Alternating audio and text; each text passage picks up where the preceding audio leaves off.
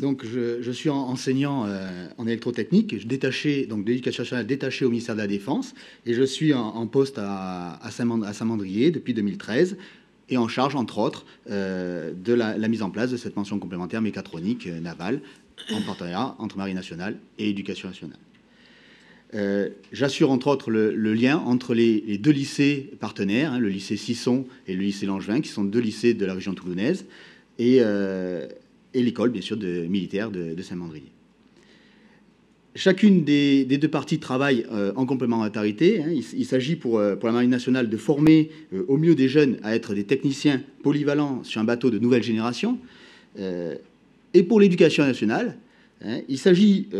avant tout d'apporter une solution à une équation qui est formation plus diplôme égale un emploi.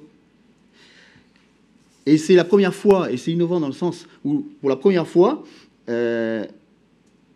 l'éducation nationale plus la marine s'assoit autour d'une table à partir d'une feuille blanche pour élaborer une formation sur une construction intelligente avec des périodes en lycée, des périodes en école militaire et aussi des périodes en immersion sur les unités de la marine, au sein des équipages pour découvrir ce milieu. Alors cette formation s'inscrit dans un protocole beaucoup plus large, un protocole interministériel qui date de juin 2016, entre le ministère de la Défense, le ministère de l'Éducation nationale, de l'enseignement supérieur et de la recherche, et le ministère de l'Agriculture, qui cherche à traiter de l'insertion, entre autres, professionnelle des plus jeunes, notamment des diplômés Bac plus 1, Bac et Bac plus 1. Alors, cette première nationale, puisque c'est la première fois que l'on construit quelque chose comme ça entre l'éducation nationale et la marine, en ce point où, finalement, le diplôme éducation nationale, délivré par l'éducation nationale, est reconnu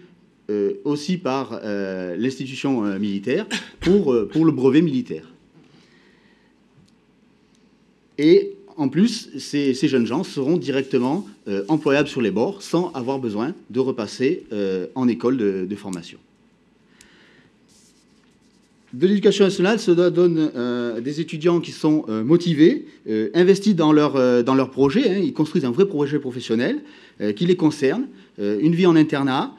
sur du moyen terme, puisque finalement ça se déroule sur une année scolaire, sur 36 semaines. Donc cet internat, ces périodes de formation en milieu professionnel, les liens étroits entre professeurs d'éducation nationale et instructeurs militaires permettent aux élèves de construire finalement une formation, un parcours qui va les amener vers la réussite.